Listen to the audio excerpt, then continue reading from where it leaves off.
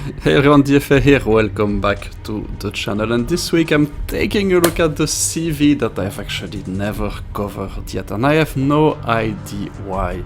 I think I've only featured it once in one of the CV guides, I think the fifth one, which focuses on target selection, and it is the Hornet. The reason why, I mean, you don't really see that thing too much in game, to be completely honest, and I don't really understand why.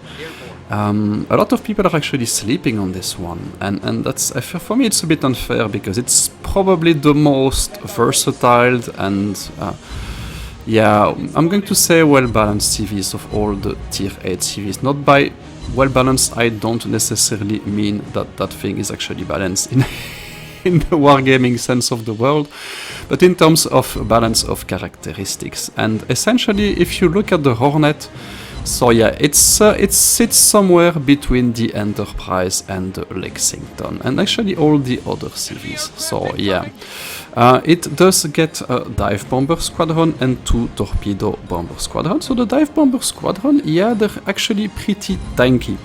They're B-25s.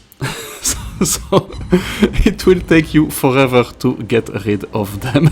They have like 5000 HP per bomber, while the Enterprise has something like 1800. So they are unkillable essentially, and they do set a decent amount of fire. So a little bit less than the Lexington, obviously not as much as the Enterprise. But yeah, you saw me there with that Friedrich setting it on fire, and then calling back the torpedo bombers to flood it, and you start the game with 30,000 damage every time you see a ship that is out of position.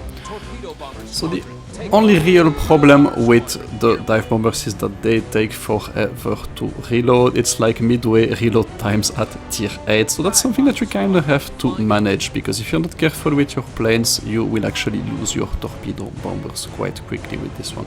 So yeah, in that case, unfortunately, we're not able to follow up on the Friedrich who just got flooded.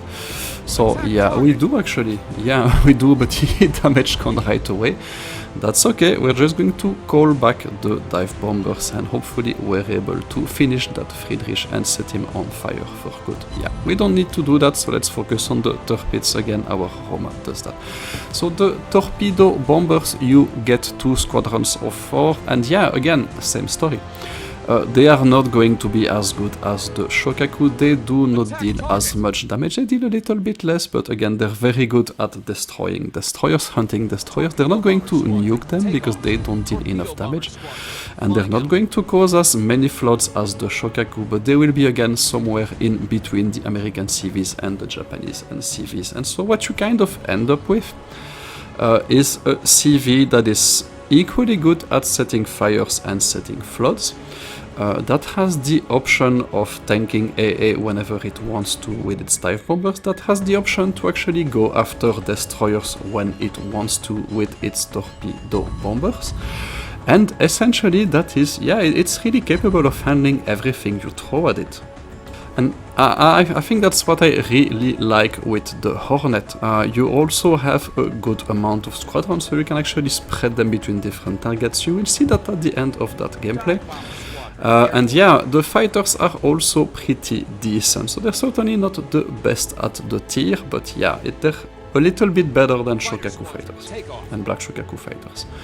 So not by a whole lot, but still they are doing a better job. And essentially, yeah, again, it's only 1 squadron, so it's easy to control, so you don't need to do it like Percival or Enterprise, which I personally find it annoying to have 2 fighter squadrons. Yeah, not with the Hornet, so it's also relatively easy to play. So honestly, if I had to pick one CV to learn how to play CVs, it would be this one. This one, it's the complete package, and it's capable of doing everything without being overwhelming. So yeah, it's pretty forgiving as well.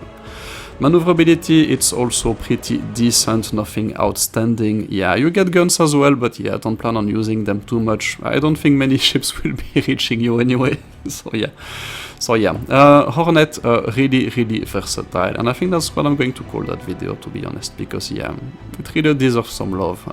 It's not getting enough.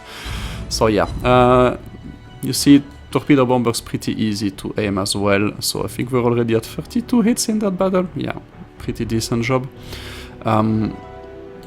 And we're pushing nicely the enemy team, so yeah, they're in a pretty precarious position. I'm not sure what their Friedrich is actually doing over there, but it looks like he just damaged gone, so I might actually send my dive bombers towards him, and I'm going to keep my torpedo bombers for the other two targets in front, because we do have the Agir and the Wichita there, and yeah, actually they're both one-shots to the torpedo bombers, so no problem for the Hornet to handle that.